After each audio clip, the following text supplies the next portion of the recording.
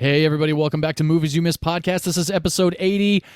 I am very sad that this is our final episode of the month of October, meaning our horror movie month is coming to a close.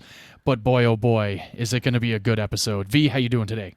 Celebrate good times. Come on. I'm stoked that this is the last episode of the horror month. I'm sure you are. I can't wait to get into my pick because of the text message you sent me, which we'll get into later. But before we do that, for those that are brand new, here we are 80 episodes later. This is our second horror movie month since the creation of Movies You Missed podcast. We are two film industry veterans coming from the stunt world and the production world, and we're now here discussing movies without spoiling them, movies that have flown under the radar, movies that we feel need to be revisited, and movies that we just love and love to talk about and share with our audience and the world. That's right, John. Great summary. Thank you. And we've also been friends for 25 years. We have indeed, which is awesome, and I can't wait to be doing this podcast for another 25 years. I agree, although we've said we've been friends for 25 years since last year when we started the podcast, so it might be longer now. I think we're getting on 25 and a half years and 3/4. Who knows? Because, there's always like, oh, I'm 9 3/4 when you're a child, and now it's like, oh, I'm... Exactly. The older you get, the quieter you are. Yes. And for those that have listened here, no, we are over 30 short from 40, and we'll keep it that way for the next 25 years. That too. So since we have plans for the next 25 years, we hope you'll continue to join us for this horror month as well as subsequent horror months every single year. And you're right, John. This is the very last episode for 2023 of horror. And goddamn, did you end with a bang. Oh, yes. Well, ending with a scream, I guess, is a better way to put it. Hey, and that's not a nod to the Scream franchise, even though we have done Scream this month. We already covered it the first week of October. Please go back and listen. Yeah. Indeed. But before we get into this week's picks, we do like to discuss what we've seen in the movie theaters this weekend. And V, I believe you and I saw the same movie because you and I have gone down the true crime rabbit hole together for the first time. That's right. Yeah. We are talking about, of course, the new Martin Scorsese, Leonardo DiCaprio, Lily Gladstone, Robert De Niro film, Killers of the Flower Moon. What'd you think? It was a lot to swallow, even after having read the novel and knowing what I was going into. The portrayal of everything in this movie, and we are Scorsese fans, we're DiCaprio fans, we've gushed and gushed, but man, this movie is a sucker punch. And it takes the wind out of you. And like I said, even if you've read the book, it is a completely different experience viewing what you've read. And I thought that it was absolutely spot on. I gave it a 4.8 out of 5 stars. Some of the editing in the middle of the movie kind of bothered me. There were a couple of moments with it looked like out of sync dialogue. But other than that, I thought the movie portrayed the novel very well. And from what I've read, it seems to be very well received by a lot of people. It was emotionally draining for me. If anybody's seen the reel that I posted on our Instagram, you can tell my energy level completely is diminished after I walk out of that 3.5-hour movie. It's epic. I truly have been calling it a masterpiece of true crime cinema because I thought that it was a fantastic adaptation from the novel. I'm glad to hear that. Yeah, V, what'd you think? I did not like it at all. Really? I gave it a C. Wow, interesting. It did not feel cohesive. It did not feel polished. It felt like, and I love Martin Scorsese, and we've talked about him repeatedly on this podcast. I've even picked a Leo Scorsese movie with my pick of Shutter Island. Yeah. It felt like an old man walking around continually getting distracted where we're like, no, Grandpa, we're supposed to be going into the kitchen. It didn't feel connected to itself. The tone was all over the place as well, especially at the end. The end came out of nowhere for me. I'm like, what the fuck is this? Oh, interesting. How he decided to wrap up the movie, plus with that cameo, it completely took me out of the movie, and it made it more about that cameo than it did about what they were talking about. Interesting. The first part of the movie I did really like, even though, again, it jumped around from the beginning. It jumped all over the place in time and location to characters. Yeah. The first 40 minutes of this movie, I was so grateful I had read the book because I was filling in all these gaps that weren't in the movie.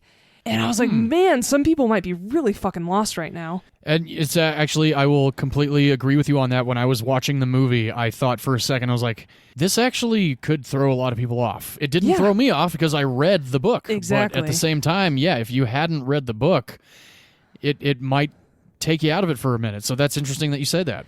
In the first hour or so, I thought it was a pretty good portrayal of the Osage people, their culture.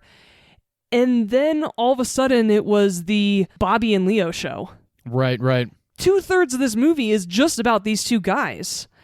And in terms of true crime and how we talk about it, it felt very much like that Ted Bundy movie on Netflix starring Zac Efron. Oh, interesting. Because it was all about him and not the victims. And sure, it also portrayed the Osage people in the other 2/3 of this movie. Like I said, the first third, I think it represented them pretty well. But in the other 2/3 of this movie, it gave them no agency. It seemed like they were all powerless victims. And it really was frustrating and kind of pissed me off that it felt like a very whitewashed movie in the way. And what I mean by that is all it did was talk about the white stars, and that's who they were focusing on. I'm like, whoa, wait a minute. This is about the Osage people, or at least it's supposed to be. Right.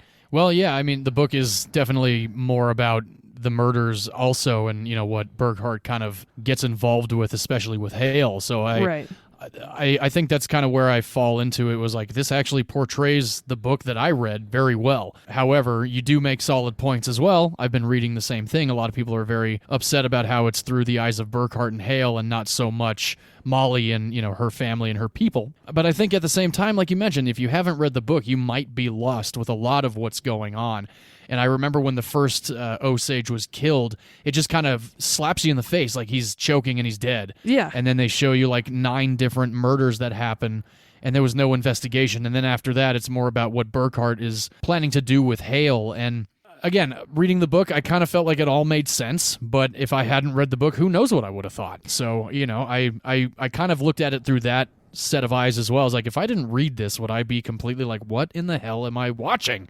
But I read it, so I got it, like I was there, I understood, because I literally finished the book about 3 weeks ago. But because you've read the book, you know the ages of all these people. That's true, too. Burkhart's supposed to be in his early 20s. Right, yeah, and DiCaprio's not anymore. No, just his girlfriends.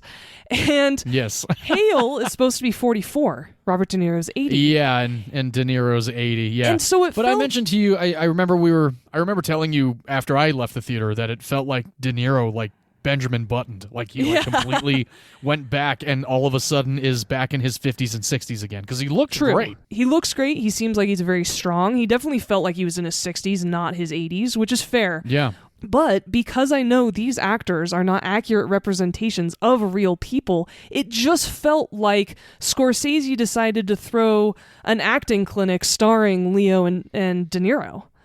And they stretched their legs, and I think De Niro did a much better job than Leonardo, honestly.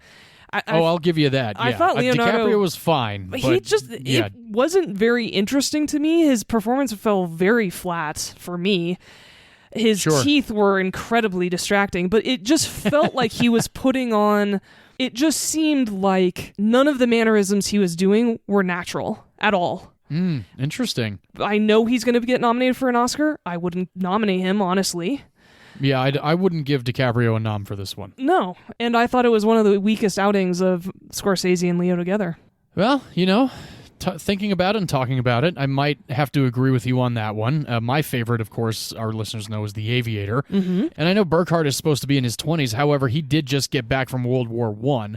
So I felt like there was a lot of that, anxiety and aging through war that they portrayed pretty well on DiCaprio with makeup and costume and whatnot. But I will agree with you that De Niro outshined DiCaprio in this movie for sure. Absolutely. I think De Niro did do a great job. I think he could be nominated for a supporting actor role. He probably will.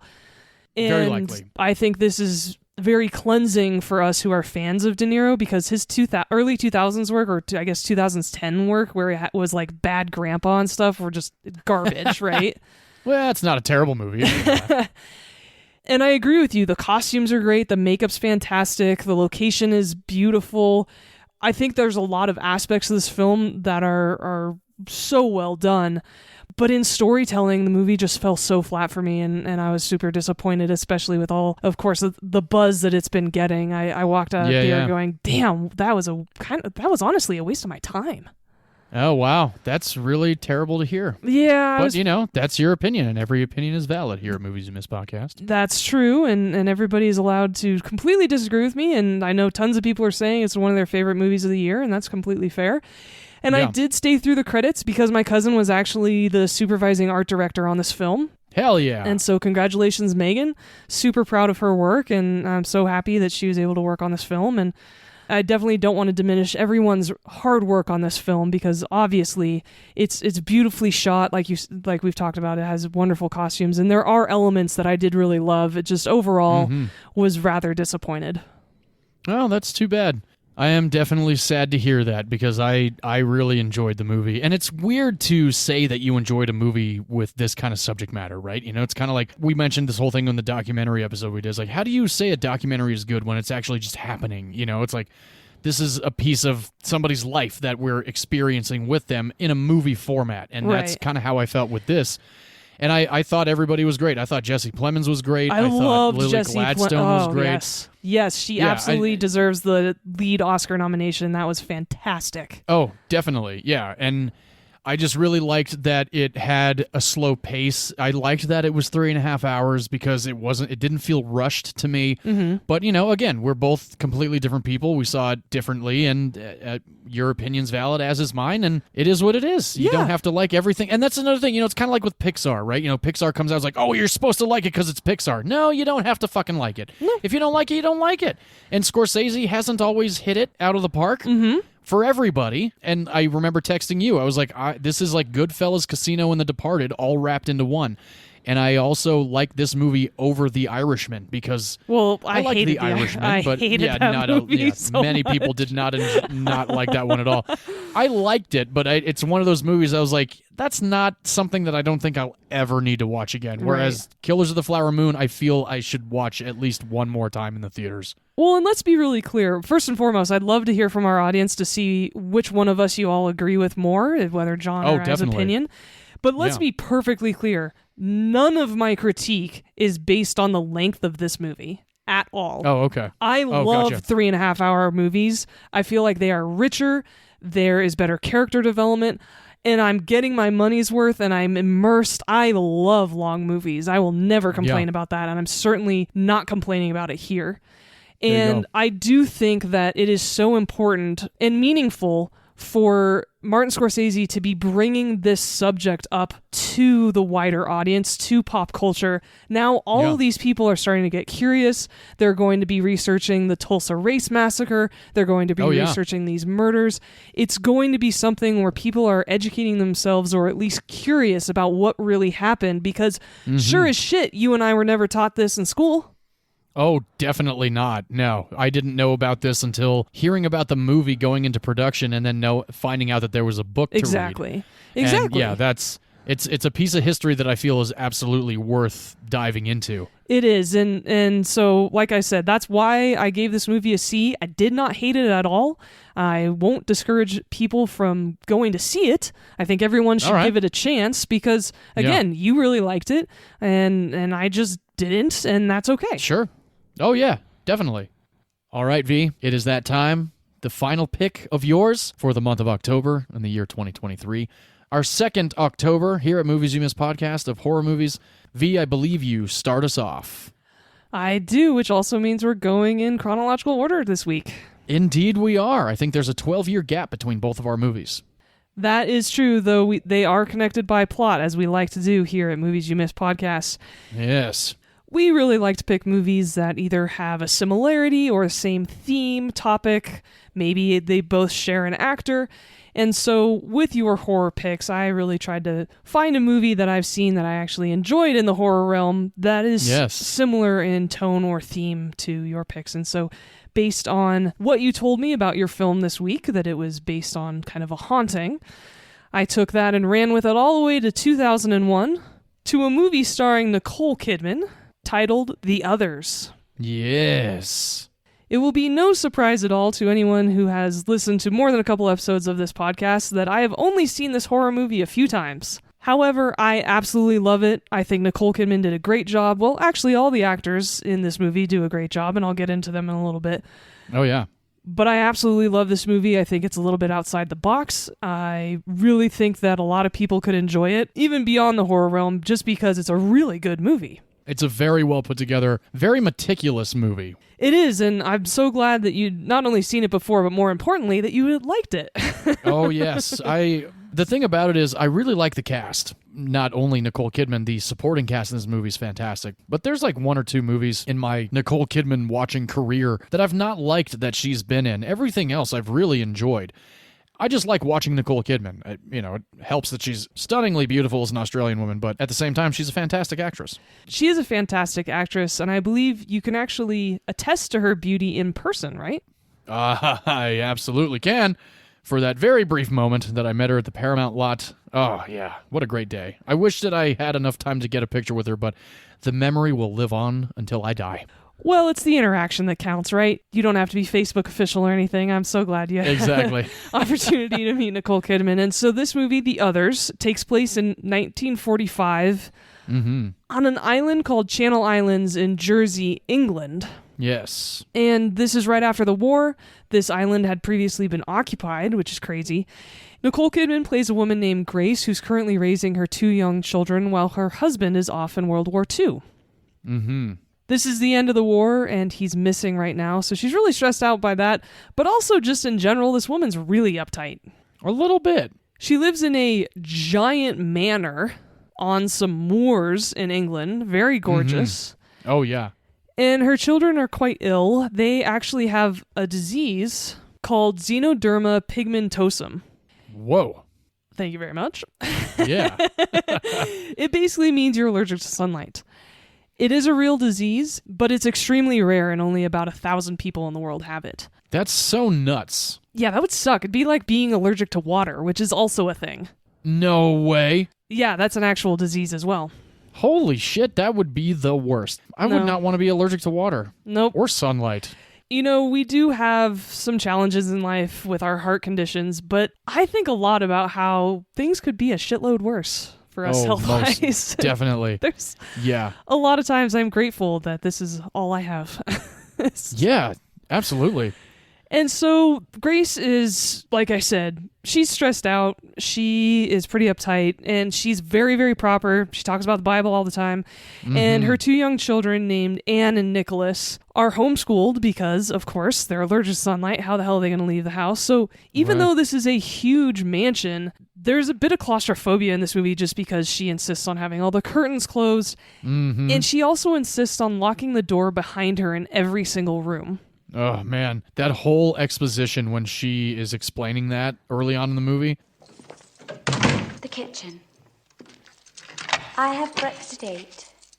The children at 9. Lunch will be served at 1 and dinner at 7:30. And the master, ma'am? The master went off to war. I've had no news since the war ended. Have you all noticed what I'm doing? In this house, no door must be opened without the previous one being closed first. It is vital that you remember this. It's not as easy as it may seem. There are 15 different keys for all of the 50 doors, depending on which area of the house you're in at the time. The music room. That old piano was already here when we moved in. Please do not let the children thump away on it. It sets off my migraine. Silence is something that we prize very highly in this house. That is why you will not find a telephone, a radio, or anything else that makes a racket. We don't have electricity either. I remember watching this the first time in theaters and being like, all right, you're a bit off your rocker. Yeah, and that happens just a couple minutes into the movie. I totally agree with you. And that's the first thing I thought when watching this movie the first time. Because Mrs. Mills, Mr. Tuttle, and Lydia, 3 people, show up to the house one morning. First thing in the movie this happens. And they all come around asking for work. And Grace, played by Nicole Kidman, says, you know what, that'd be great because all of my help left in the middle of the night a while ago and I haven't had any help in this house. It's just been the 3 of us, me and my 2 kids. That would be great. And then she goes into this huge explanation and immediately I'm like, wow, run. Like, I would quit in 2 seconds. Absolutely. Definitely. Yeah, especially when she's like, it's as if they just vanished in the middle of the night. And then, breakfast is served at this time, lunch is served this. And when she's explaining the time frame of breakfast and lunch, I'm like, I wouldn't be fucking hungry for lunch by then. Right, like, exactly. How in the hell, back in the day, and you see this in all these old movies too, in like the 40s and the 50s and 60s, they sit down and they have like this 4-course fucking lunch. They have the salad, they have the sandwich, then they have the soup, and then they have dessert. And it's like, how the fuck did all these people have a metabolism to take care of all of that on a daily basis? Because they didn't sit in front of computers all day long. I guess that's true. That's actually a very good point. Unfortunately, Look what's happened to society. That is our life now. We're on the way to Wall-E. Probably a good time to thank all of our audience for listening to our podcast in this moment. Thank you, technology. Indeed. And thank you if you're listening on your hot girl walks or your hot man walks or whatever walks you do. That's right. I guess back in 1945, when this movie takes place, we would have a radio broadcast program, right? Mm-hmm. Yeah. So once this new help has arrived and gotten acclimated to the duties of the household, things start running as expected. Okay, we're good to go. But unfortunately, she has a pretty rebellious daughter. Yes. Not only does Anne talk back, which makes Grace just talk about the Bible more and make her read the Bible more. She's a very religious, pious woman. But also, there's something going on with Anne, her young daughter.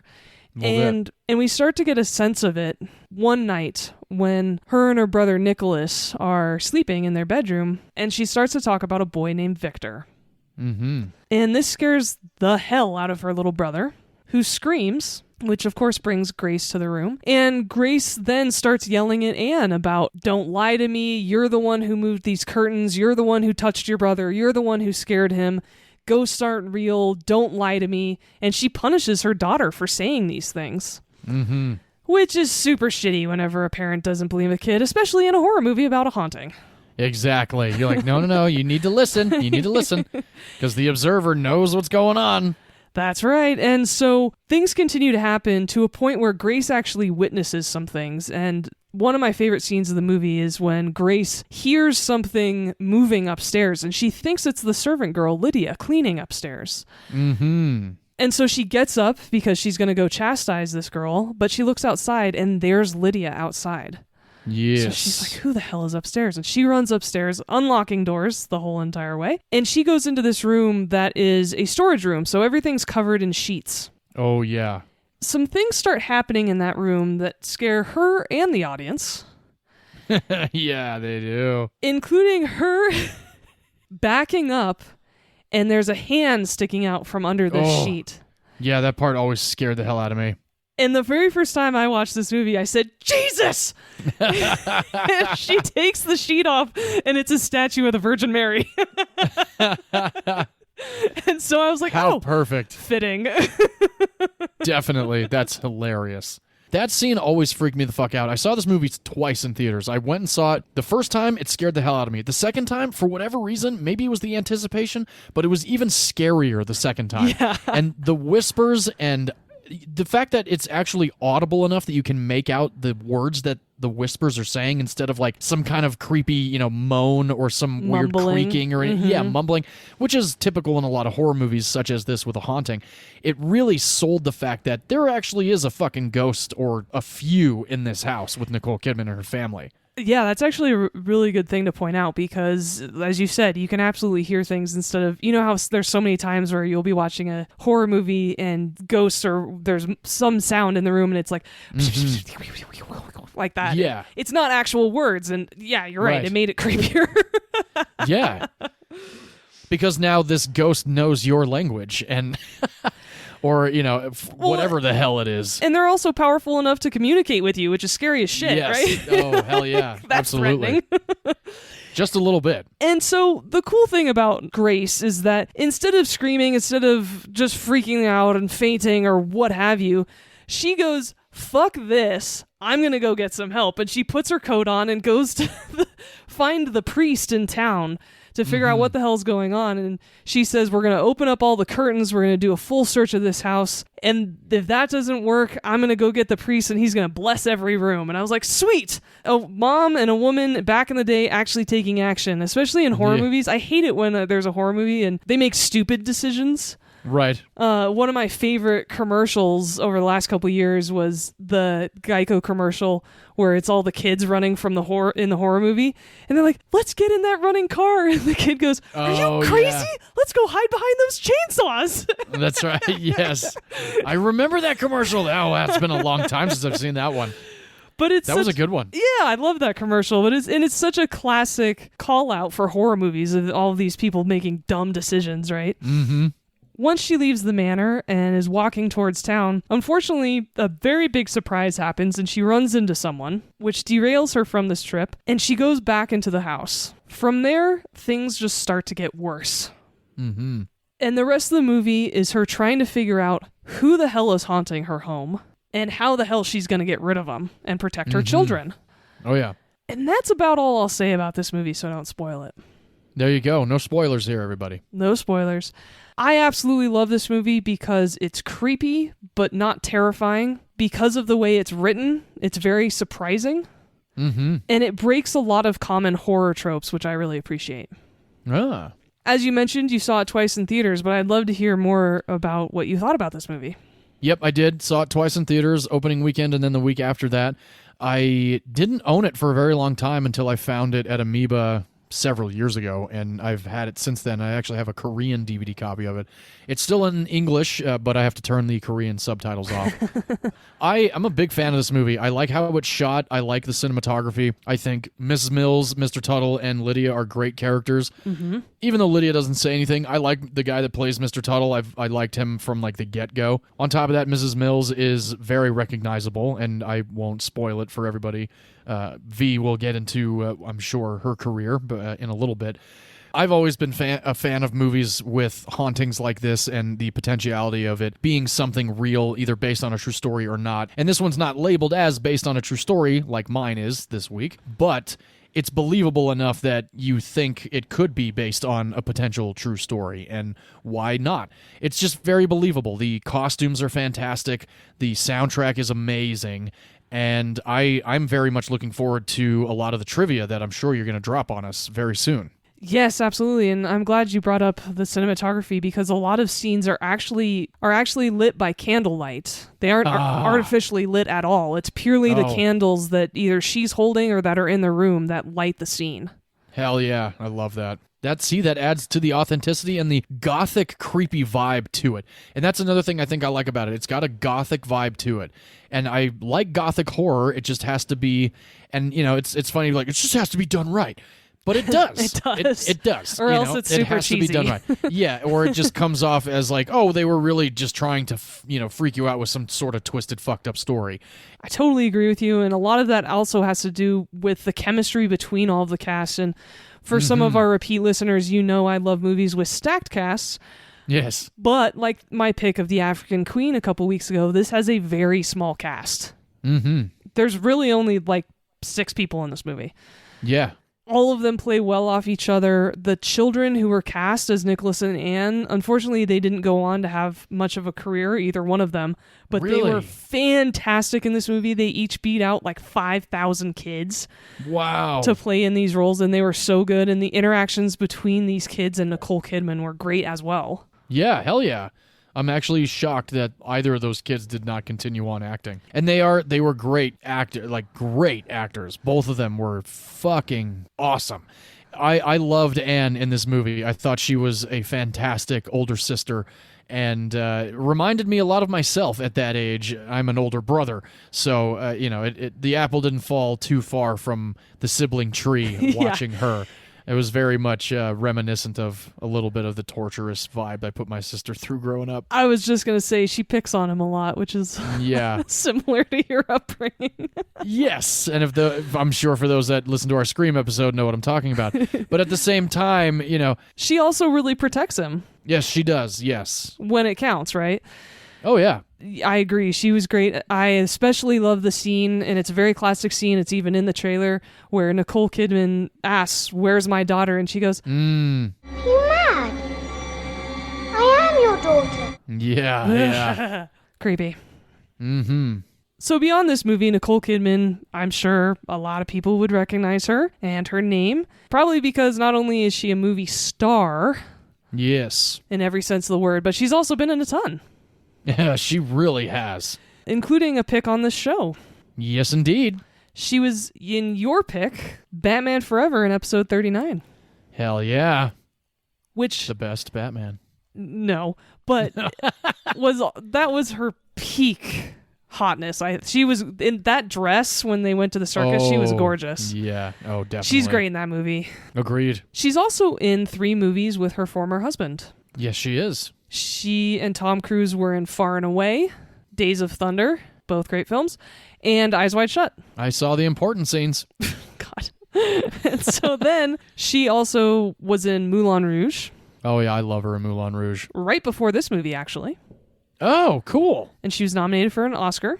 Nice. She's also in Cold Mountain, a movie filled with horrible accents. Yes, but I love that movie. I never read the book. I always wanted to, but I love that movie. She was in Stepford Wives and Bewitched, 2 remakes. Yeah, I saw both of those. I'm not a big Will Ferrell fan. I think that might have been why I didn't like Bewitched as much. She's in a guilty pleasure of mine with Hugh Jackman called Australia. Oh, I hear that's a good one. I got to check that one out. It's widely panned, but I really enjoy Is it? it, which is why I call it a guilty pleasure. But it's directed by All right. Baz Luhrmann. It is indeed. She more recently was in a movie called Killing of a Sacred Deer, Oh, which is brutal. oh my God, that movie is so twisted up, but it's so good. Yes, that is a perfect description. She's also in Boy Erased with Russell Crowe, which is... Oh, that's right. Yeah, I remember that one. I didn't see it. It will rip your guts out. I'll bet. She was in Aquaman, which... Unfortunately. She's also in Lion, which is Oh, yeah. going to be one of my picks on this show because I love it so much. She was also nominated for an Oscar there. Yeah, that was a good movie. She won an Oscar for her role in The Hours. Hell yeah, she did. And lastly, she's in a movie that we'll be discussing soon, Practical Magic. Hey! She's also in the Aaron Sorkin written and directed film where she plays Lucille Ball, being the Ricardos, which is incredibly underrated. If you have not seen that movie, I highly recommend everybody check that movie out. Terrible casting. I disagree. Well, maybe for Javier right. Bardem. Maybe for Javier Bardem, it was not the best casting, but I thought Nicole Kidman was fantastic. She could not make the facial expressions that Lucille Ball made. Well, nobody really can. Well, it's also because Nicole Kidman more recently has had a lot of work done, unfortunately. Her face is a little bit frozen, and I also thought it was just terrible casting. All right. But every opinion is valid, so I'm glad you enjoyed that film. I did, very much. The woman who plays Mrs. Mills, who is the head housekeeper in this movie, her name is Fionnuala Flanagan. The movie I recognize her most from is the mom in Four Brothers. Four Brothers, never saw it. Mark Wahlberg is in that one. That's right. She's also in Tears of the Sun, the Bruce Willis movie. Oh, with Monica Bellucci, directed by Antoine Fuqua. That movie's fucked up. It is fucked up. She plays a nun. Yes. She's also in Yes Man with Jim Carrey. Oh, yes, she's his neighbor. Uh-huh. Oh, Yes Man is funny. That It movie is. is damn funny. It's an underrated Jim Carrey film for sure. It really is. And she's also in a movie called Waking Ned Divine, which I love and my mom introduced me to. That movie is awesome. That movie is so fantastic. And Christopher Eccleston is in this movie. Yes. Funny enough, your very last horror pick of the month last year Hey. starred Christopher Eccleston Indeed. because it was 28 Days Later, Yes. episode 28 of our show. Yeah. He's also been Doctor Who. He's in a movie that most people hate that you and I actually kind of like, Thor: The Dark World. He's the baddie. Yeah, I know. It's awesome. And lastly, someone who has a very bit but notable part in this movie, Michelle Fairley. A lot of people would recognize her from Game of Thrones. Really? She's Catelyn Stark, the mom in the House of Stark. Oh, yeah, that's right. She is in the others. Yeah, Very briefly. very briefly. Wow. But an important cool. role. Yes. This film was actually written and directed by a Spanish director. His name is Alejandro Amenabar. He mostly does Spanish language films. He was raised in Madrid. He's done films with Javier Bardem and other famous Spanish actors. He actually wrote the original Vanilla Sky. No way. It's a Spanish language movie called Open Your Eyes, and Vanilla Sky is a remake of that. Indeed, it is. I've never seen the Penelope Cruz original version. I haven't either, and I've only ever seen Vanilla Sky once. Yeah. Oh, ho, ho, ho. And it's one of your picks in the future, isn't it? It is definitely one of my picks in the future. That movie is a trip and a half. It is. Tom Cruise. That's right, Tom Cruise. And as I said, Alejandro Amenabar wrote and directed this film. He also composed and orchestrated all of the music for it. Hell yeah. This guy's awesome, and I wish he did more English language films. Definitely.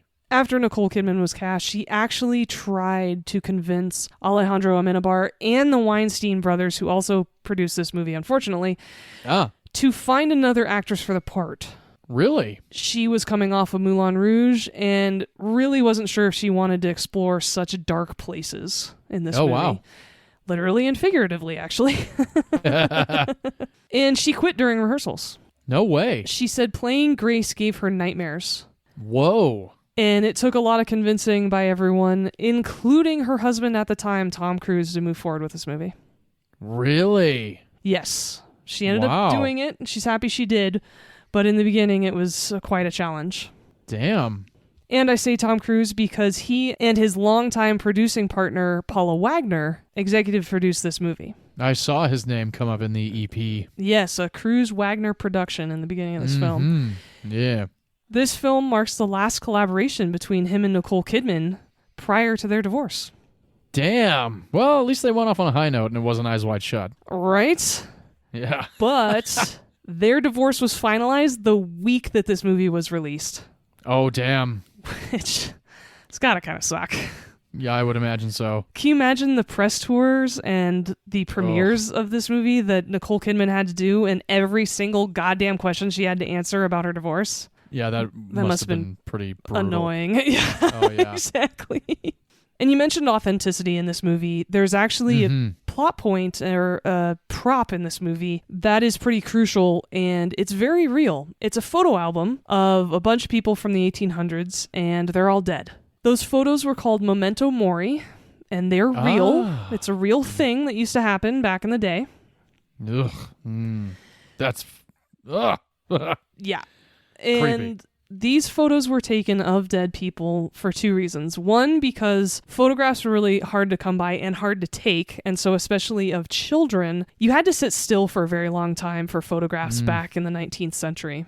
Right. People are very still when they're dead, so it's easier to take their photos, which is heartbreaking to think about. Yeah, it is, really. But photography was also a rarity, so people didn't have family albums, pictures of their kids growing up, things like that. And so it could be the only opportunity you could ever have a picture of your loved one. Ugh. And so Memento Mori, which is the name of this type of photography where they take a picture of a dead person, was a real thing and a real trend in the 1800s. I don't even know what to say to that. It's fascinating. I don't know if it's something I would do. Well, or if I'd want a photo album like that in my house, but now, in the 21st century, I instead have 4,000 photos on my phone of my cats, so... There you go, yeah. But they're alive. They are alive, but it's also a lot of photos. Yes, that is a lot. So, I don't know if you want to call that progress, maybe just changing of the times. Definitely. And this house that they film at is awesome. Like I said, it's a big manor. There's British moors on it. It's gorgeous, palatial. It's not filmed in England. Really? This house is located in the north of Spain. Oh, wow. Very cool. Which means The Others stars an Australian woman playing an English woman, is written and directed by a Spaniard, yes, produced by Americans, right, set in England but filmed in Spain. All over the spectrum on that one. And this was actually the first film ever to receive the Best Film Award at the Goyas, which is Spain's version of the Oscars. Oh, very cool. With not a single word of Spanish spoken in it.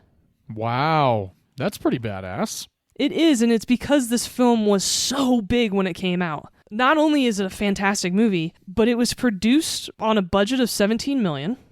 $17 million? That's it.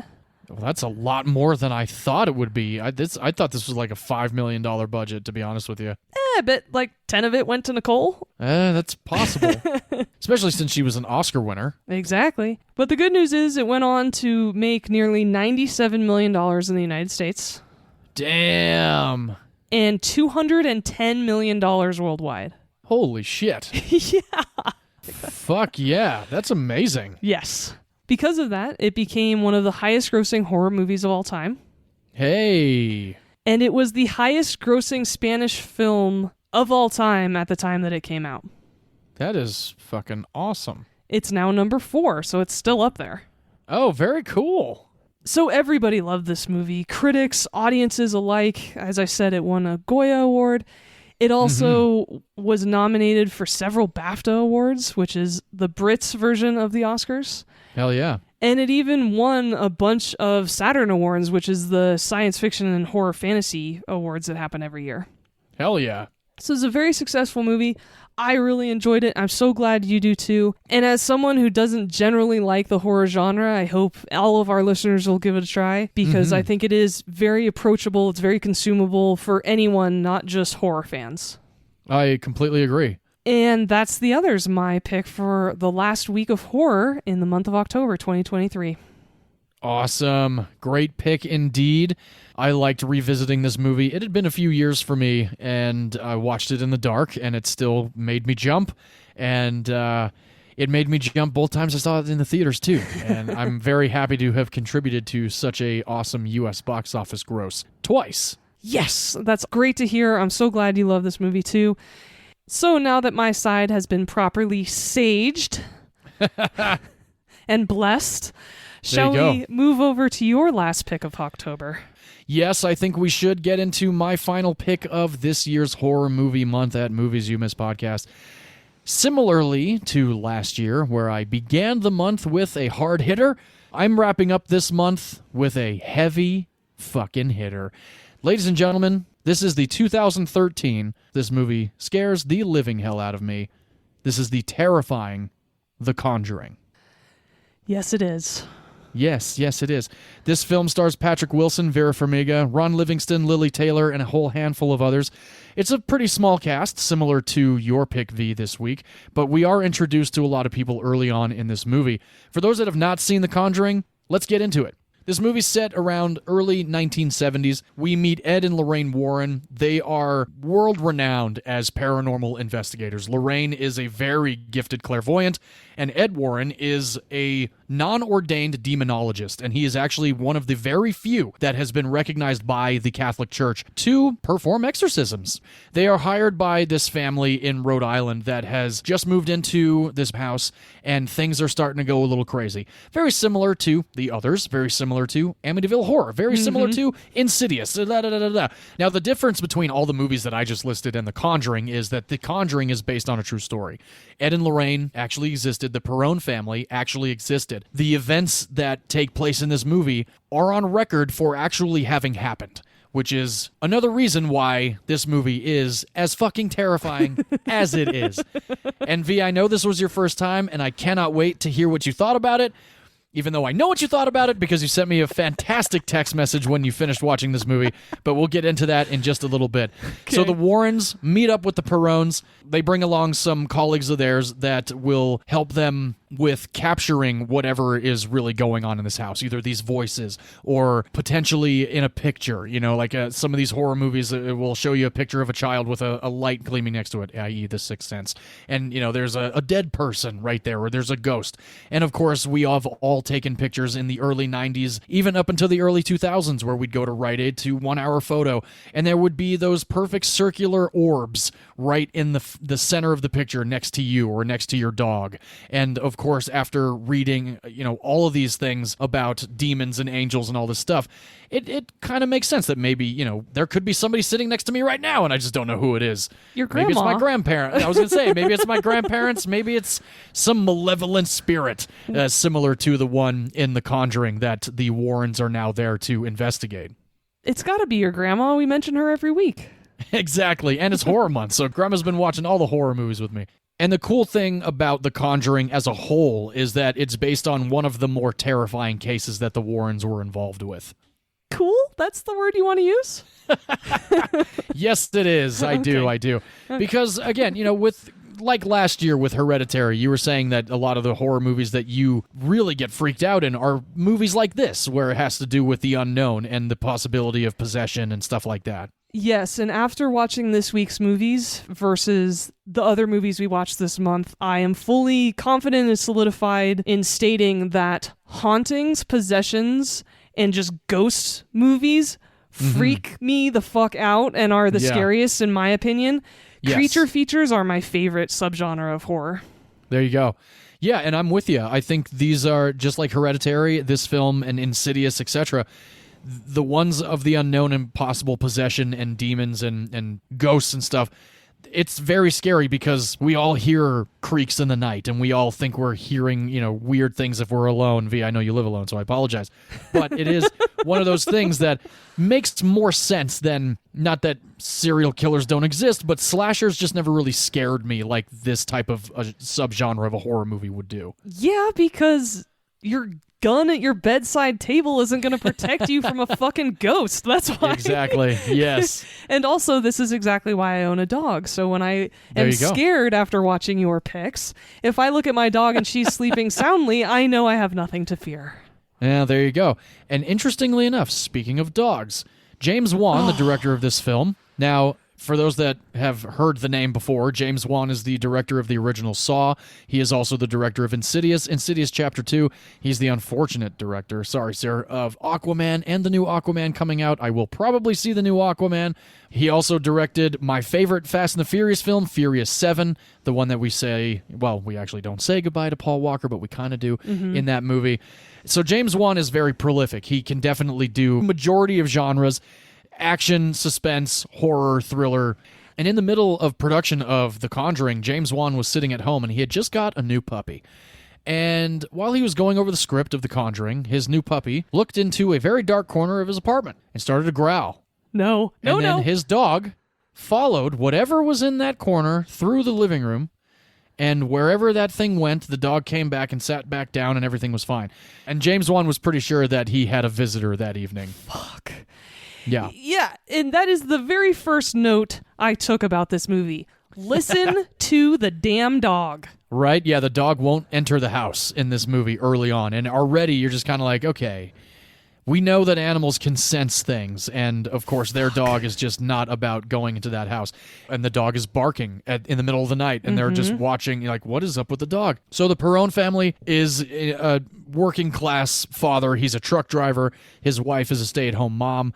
And they have 5 daughters. And as... So many fucking kids. I know, so many kids, especially in the 70s. I'm one of 5, but... Oh, there you go. I'm only one of 2. In this day and age, yeah, just being a truck driver, you can't afford 5 kids. No, I can't even imagine how that would work. But again, it's a completely different world. So Roger Perron ends up going on one of his routes, and Carolyn is at home with their 5 daughters, Andrea, Nancy, Christine, Cindy, and April. And things start to get a little weird in the middle of the night. Christine thinks that her sister is kind of playing around with her and pulling her leg in bed. God. Which is a really twisted scene because it's, you've seen it before in Exorcist and Exorcism of Emily Rose and all these other movies with possession. But for whatever reason, this one is just sold so well that it feels like it's almost documentary style, like especially with the camera work in this movie. This is when Joey King wakes up and actually thinks that she sees something standing in the corner of her bedroom. And there's nothing there. There's nothing that we can see, of course. And her sister gets up and turns the light on, and then the door slams, and the girls start going nuts. So this is when the Warrens are now invited into the Perron household to investigate what's going on. They have their colleagues there, like I mentioned earlier. They're trying to capture this entity or these entities on camera or on audio, which, like in The Sixth Sense, at one point in the movie, Bruce Willis's character actually turns the volume up, and you can hear a dead guy talking to one of his younger clients, etc., etc. Mm-hmm. So as the Warrens are in this house, things start to really get a lot deeper into the fact that this house is actually under the curse of a very malevolent witch from many decades ago. And a whole bunch of other tragedies that have gone down in this house, especially in their cellar that they find early on in the movie that's actually been boarded up, but they decide to take the boarding down and go down there and see what's going on. Because they're morons. Of course, just like any other horror movie. The family's stupid. Like we talked about. Exactly, we did. And there's a game that the young ladies like to play in this house. They've played it before, exposition-wise. We know that, of course, there's 5 daughters, and there's got to be a way to entertain yourself in the 70s other than listening to music and reading books. So they play a game called Hide and Clap. This is hide and seek, but they add the clap to give a little hint, where the hidings are happening. And this game is absolutely horrifying because not only are the girls clapping in separate rooms, but at one point you see some arms that are definitely not the girls' arms clapping. And at one point, a wardrobe in one of the rooms opens up and hands come out of nowhere and clap. And that shit, I'm getting chills now, is fucking scary. The Conjuring actually is only R-rated for the sole fact that it is so goddamn scary. That's why I got the R rating. There's no other reason why this movie is R rating. Yeah, it's not gory. No, it's not gory. There's no sex, like I mentioned. There's no profanity. There's nothing. This movie is just absolutely terrifying. And James Wan and producers at early screenings were very convinced that they were going to get a PG-13 rating similar to Insidious and Insidious Chapter 2. But it was just so damn scary that the MPAA had no way of editing the movie down to give it a PG-13 rating. Because not only is it scary, it's fucking fantastic. It has this intangible feeling to it that scares the shit out of you from the go. Yeah, it does.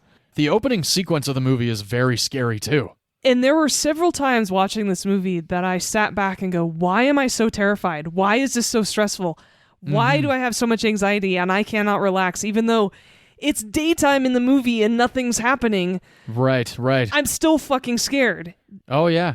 That is just that movie magic that James Wan captured, and because he's so good at it, that made this movie as scary as it is.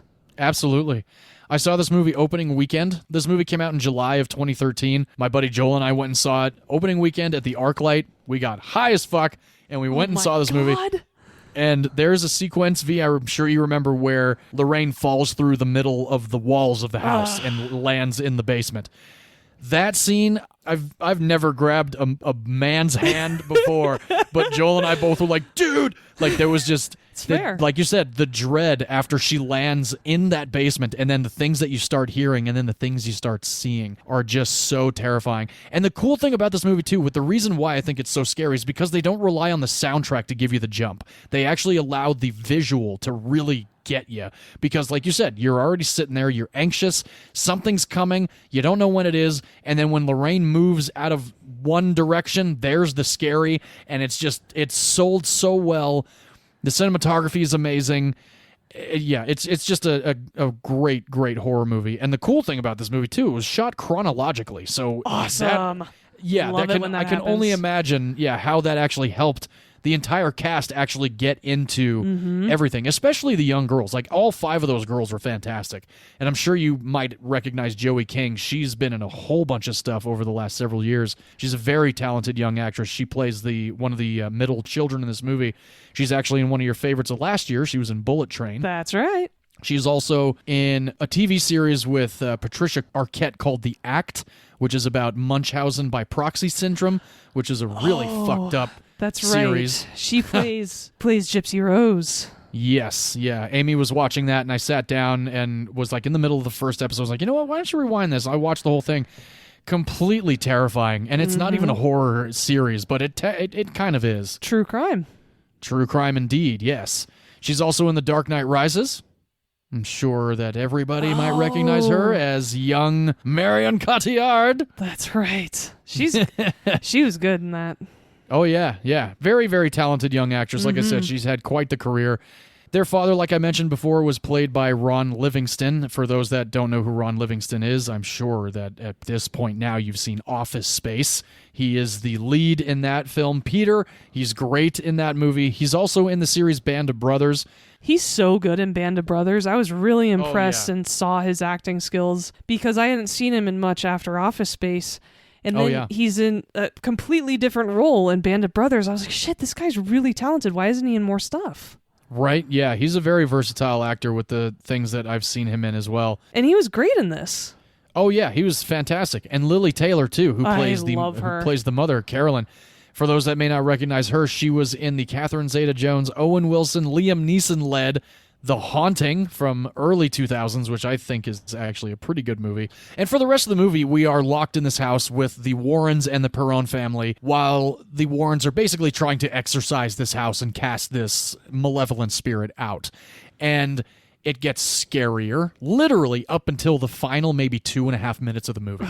It just gets worse and worse and worse. And the cool thing about The Conjuring is it's not super tropey with the terror. It's believable. It's authentic. It has, like you said, that feel of dread from the get-go, so you're already on the edge of your seat. And James Wan really just brings us one hell of a story. And now the crazy thing about the house that is portrayed in this movie that the Perrons moved into, it is a real house. It was in Rhode Island. This house had 8 generations of families that died in that house. Fuck. No wonder it was haunted. Yes. On record, 2 suicides, a poisoning, a murder of an 11-year-old girl, 2 drownings, and 4 men froze to death in that house over the course of 8 generations. Well, fuck that family. Don't marry into it. I know, right? God. Yeah, pretty nuts. Regardless of your religious beliefs or spiritual beliefs, I do believe that there are ghosts that are on, these planes. And it's similar to the discussion that we had during Hereditary. My grandmother was a table turner, as was my grandfather. And Hereditary hits close to home. I do believe that stuff like that can happen. And I believe in the possibility of the unknown like that. So I think that's another reason why it scares the hell out of me so much, but why I like it so much as well. Well, again, as someone who lives alone, I hope you're wrong. Yeah, exactly. Though I do agree with you. Oh, well, there you go. Now, Andrea Perron, she was the oldest daughter in the events that took place at the house that the Warrens came to exorcise all of this madness. She had actually written a 3-part book based off of her experience during that time. I gotta find one of those books and read that shit, for sure. Mm-hmm. The production designer actually had gone to visit the location of the real house that this happened in Rhode Island. This film was actually shot in North Carolina, so it wasn't shot anywhere near the actual house, which I guess kind of makes sense. When they shoot the Amityville Horror, they do build that house elsewhere on a different lake. They don't actually go to the location. That's definitely movie magic. But production design and set design and all that stuff, they actually built the interiors on sound stages to match exactly what the interior of the real house looked like. So anytime we're seeing the house on screen is a complete replica of what the house looked like at the time that all of this went down. Which this is one of the times I'm actually grateful for sound stages. Can you imagine being a homeowner and lending your house to a movie like this and then telling all your friends, oh yeah, so a movie about a really demon-filled house that scares the shit everyone. That was filmed at my house. You want to come over for brunch? Yeah, exactly. Yeah, you know what? I think I do. You pull out your mimosa and a drop of blood comes from the ceiling and you're like, Exactly. That would be wild. Now, during the production of this movie, we always hear crazy things happen. Like weird things happen on the set of The Exorcist. And Poltergeist. Poltergeist. And Jim Caviezel was struck by lightning on the set of The Passion of the Christ 3 times. 3 times, yeah. Yeah, etc. Joey King, the middle child in this film, the one that is the one that sees the entity in the corner of the room, she actually ended up contracting a very rare blood disease during the production of this movie. And right at wrap, it miraculously disappeared. The power of Christ compels you. I know, exactly. Although there is an actual blood disease that only lasts for 30 to 60 days, and apparently that was the one that Joey King did contract. It just happened to be during the production of this movie, which is a very strange coincidence. Yes. I don't know how I would feel after that. Awful. Definitely. There's a lot of speculation, too, like when you're making a horror movie. Like, it's going to be, like, one of the scariest sets that you were ever on, right? Like, everybody is really just, like, tense, and everybody's just not wanting to break the mood, take people out of this horror movie aspect and keep everybody in the right frame of mind. But that really wasn't the case on the set of The Conjuring. Because of the cast of young ladies that are in this movie, James Wan and everybody, including the ADs and the production team and everybody involved that was on set, actually made it a very entertaining and fun environment to be in. Well, that's really good to hear that everybody had a good time on set, especially because of how many young people are in this movie. Yes, exactly. And I've heard and seen that with James Wan on the making of not only The Conjuring, but the making of Insidious and Insidious Chapter 2. And those movies are also very scary movies. I actually just watched Insidious the other night after watching The Conjuring because I just had to keep watching scary movies. And I know a lot of people think that Insidious is scary, but also kind of comical because the demon in Insidious looks like Darth Maul. But Insidious is pretty damn scary. Like, there's a lot of jump scares in that movie that I continually forget about, and The Conjuring actually marks the third collaboration between Patrick Wilson and James Wan, which is really, really cool. That's what I was going to ask. As soon as you mentioned Darth Maul, I was like, oh, I've seen photos of the poster of Insidious. Isn't that Patrick Wilson who's also in that movie? So yeah. It is, yeah. Thank you for saying that. Yeah, and Patrick Wilson actually just directed the fourth installment of Insidious, Insidious the Red Door, that came out this year, which I enjoyed. And I plan to watch that one again very soon because it is now on physical media and on streaming as well. Nice. Yeah. And like I mentioned before, The Conjuring was released in July of 2013. It was released July 19th of 2013 on a $20 million budget, which is pretty good considering everybody in this movie. I would say Patrick Wilson, Ron Livingston, Vera Farmiga, and Lily Taylor were the names in this movie. Joey King wasn't who she was today. And I didn't really mention Vera Farmiga's past career, but just a brief little rundown of who she is. We did discuss her in one of my picks early on in this podcast for Running Scared with Paul Walker. She plays his wife. She's also in The Departed. She's also in Up in the Air with George Clooney. And she plays Norman Bates' mother in Bates Motel. And she was also in Source Code, another one of my picks early on in this podcast. That's right. Yeah. This movie raked in $41.8 million opening weekend on a $20 million budget. Did very, very well opening weekend. The U.S. gross was $137.4 million. The worldwide gross on a $20 million budget. V, why don't you take a guess? $260 million. Kind of close, but not the actual answer. The worldwide gross for The Conjuring was $320 million. Holy shit. Yeah, it did great worldwide. Here in the U.S., everybody that has ever seen this movie, that I've ever talked to, has loved this movie. I watch it every October, and it still scares the living hell out of me, like I said before. It is truly a heart-stopping, terrifying movie.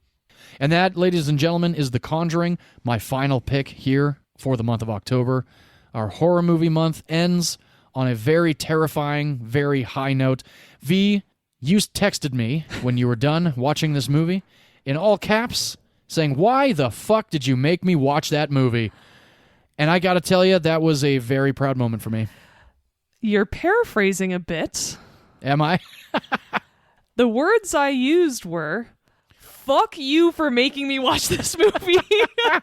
That's right. That's right. That you're absolutely right. That's exactly what you said. And it's funny because I saw that text and I was like, uh-oh. And lo and behold, I scared the living hell out of V yet again. You did. I spent most of this movie covering up my eyes with my hands. I was waiting for a jump scare every second of this movie. I had anxiety the entire time. Perfect. And when it ended, I turned to my sister because, of course, I did not watch this movie by myself because, thankfully, John gave me a heads up that this was going to be the scariest pick of the month. Yes. She loves this movie. She was really happy to watch it with me. I turned to her and said, "I'm going to bed. I'm not going to sleep." Did you sleep with the lights on that night? I made my dog sleep with me in the room. Nice. I woke up once in the middle of the night. I wasn't having a nightmare specifically about the movie, but I certainly bolted upright in bed. It is absolutely fucking terrifying. And yes. I love that this movie is scary without being bloody. Yeah. I have a ton of respect for movies that do that. Oh, absolutely. You don't need blood. You don't need gore. You don't need a whole lot of things to make a terrifying movie. And this is definitely one of those very successful films to do so. I hate gore porn. I usually think it's pretty sexist as well, because it usually ends up being it. Right. This is a phenomenal horror movie. I would watch it again if you or my sister said, hey, let's sit down and watch The Conjuring. I'd be like, okay, well, I'm watching it with you. That's fine. It's a great pick. I'm very happy that you selected this movie for me and our audience. I think it's top tier horror. Yes. And I was extremely impressed with it. It's certainly not a movie I'm ever going to put on any sort of list of mine. But I'm very happy I watched it. The only critique I have is that I thought the reveal of the history of this house and why the things that are happening to this family are happening to them was extremely anticlimactic. Oh, interesting. And it's almost said in a throwaway line by Vera Farmiga. Sure. And that's the only critique I have of this movie, because it was built up as what the hell's going on? Why is this family being tormented? What's going on with this house? This house is old. There's a big history to it. And there was this great buildup, and so the reveal of it, I thought, should have been a lot more monumental than it was. Gotcha. Other than that, this is a perfect horror movie. Nice. Awesome. Well, I'm glad you feel that way. I appreciate the critique. It is definitely one of my favorites. Absolutely. And I always text Joel when I'm watching. I'm like, dude, watching The Conjuring. He's like, oh, so scary. I'm like, yeah, it is. And then when it ends, I'm like, dude, that movie is so fucking scary. And he's like, yeah, it is. It's such a terrifying movie. I think we watched it like 3 or 4 times when we lived together, too. After we saw it in theaters, we had to keep watching it because it was so scary. It's an incredible film. And for anyone who enjoys horror or just jump scares in general, I recommend it. Mm-hmm. Because it's not bloody. It's not gory. Yeah. It's not scary for a lot of the reasons that people generally don't like horror. Right. Awesome. Well, good. I'm glad you enjoyed it. And we have... Glad it's over. Yes. I'm not. I will continue watching horror movies, likely through the end of the year, because that's just kind of how I like to do it. Have fun with that. I will. And I know we have done the year 2013 before, but here are the highest grossing films of the year, 1 through 10, and then a couple after that because they're very fascinating. The highest grossing film of 2013, Iron Man 3. The second highest grossing film was Hunger Games: Catching Fire. Never saw that one. Despicable Me 2 comes in at number 3. Never saw Despicable Me 2. That's also good. I'm sure it is. I'll never find out unless my wife puts it on and I'm in the room. Man of Steel was the 4th highest grossing film, one of the worst Superman movies I've ever seen in my life. Agreed. I hate that movie. So do I. Number 5 was Monsters University, which is the prequel to Monsters Incorporated, which was a great movie. The 6th highest grossing film of 2013 was Frozen. Wait, Frozen was only number 6? Frozen was number 6. Damn! No, this is the U.S. box office. This is not worldwide. Oh, yes, that's right. Yeah, U.S. box office number 6. The 7th highest grossing film in the U.S. box office that year was Gravity, Sandra Bullock and George Clooney and Alfonso Cuarón, which I love that movie very much. The 8th highest grossing film, V, I wonder if you can guess it. There are 10 of them now. You hated number 10 and number 9, but I had a great time with number 10. It's Fast and Furious from 2013, so that would be... Is that 6? That is the 6th installment of the Furious franchise, yes. The 10th highest grossing film in the U.S. box office that year, Star Trek Into Darkness. We are both fans of that film. Yes, we are. Yeah. The 16th highest grossing film, our good buddy, Guillermo del Toro, Pacific Rim, coming in at number 16. And just a brief shout out to Mr. Guillermo del Toro for retweeting us on Twitter last week, which was an absolutely monumental moment. Had to call V right away because I thought I was seeing things, but I sure as hell wasn't. So thank you so much, sir, for that. That was absolutely fantastic. I was jumping up and down in Trader Joe's. It was amazing. The 72nd highest grossing film of 2013 in the U.S. box office was the Jurassic Park re-release in 3D, which I saw 3 times that year. Of course you did. Of course. The 93rd highest grossing film of 2013, V, your first pick here at Movies You Miss Podcast, the Ben Stiller-led Secret Life of Walter Mitty. Yay! The 100th highest grossing film, V, another pick of yours, which I fell in love with, and you bought me the Blu-ray because you're so gracious, Rush, directed by Ron Howard. Hell yeah. And the 18th highest grossing film of 2013, V, I wonder if you can guess it. Is it your pick? It might be the pick that we're talking about right now. Yes, it is. The Conjuring, coming in at number 18, scratching the top 20 highest grossing films in the U.S. box office of 2013. the only horror movie in the top 20 of 2013. So congratulations to everybody involved with that on a $20 million budget. Absolutely. And absolutely phenomenal movie. Like I said, I watch it every October. It still scares the hell out of me, and I'm glad that V enjoyed it, but won't likely ever watch it again.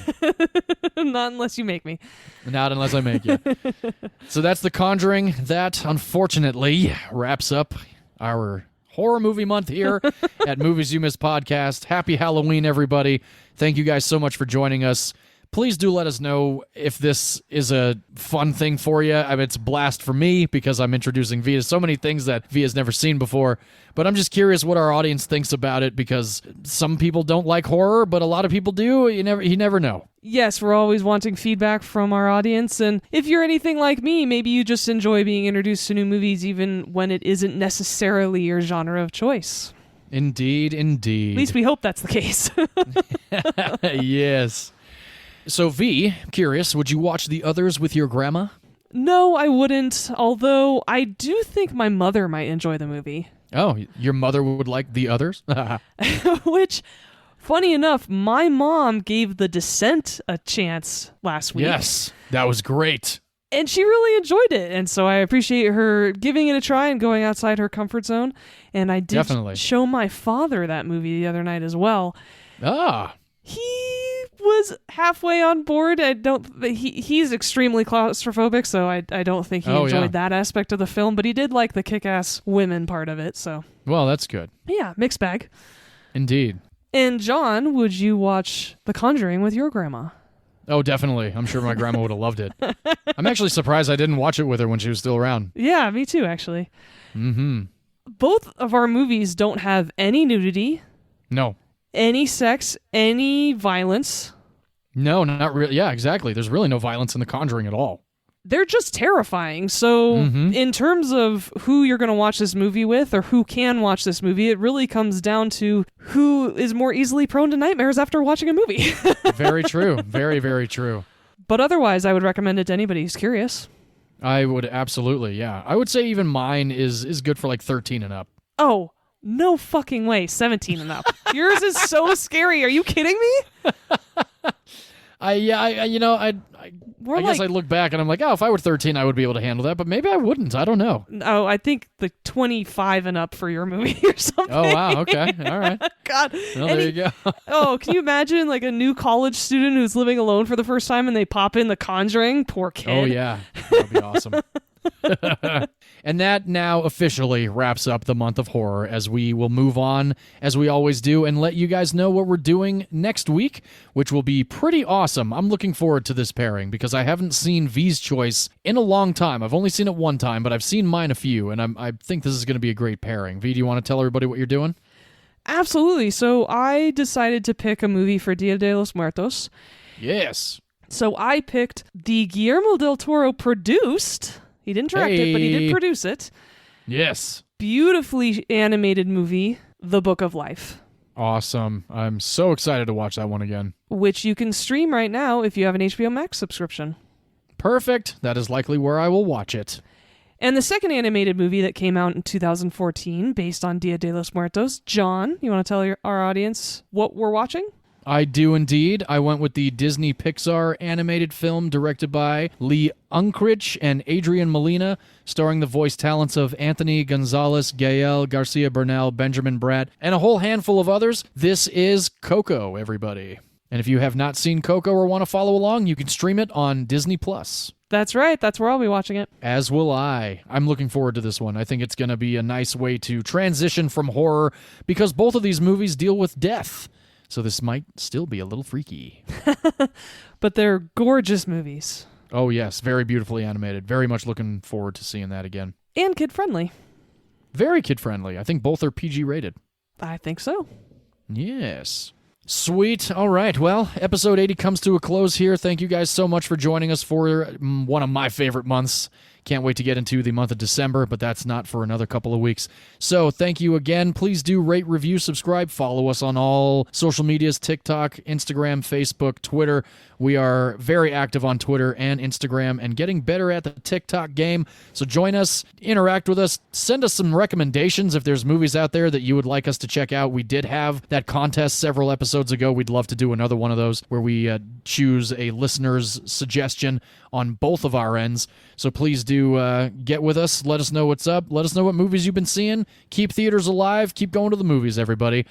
And as always, here at Movies You Miss Podcast, we like to close out with film as a form of art, and in art, all opinions are valid, except if you think. You can't find movies you like in a genre you normally hate. Hey, I like it. That's been happening a lot this month in the world of V. You batted 1,000 this month, actually. I did, yes. Nicely Very done. happy with that. Yeah, Yes. Pretty awesome. All right, guys, well, we'll see you next week for Book of Life and Coco. Cheers, everybody. Bye-bye.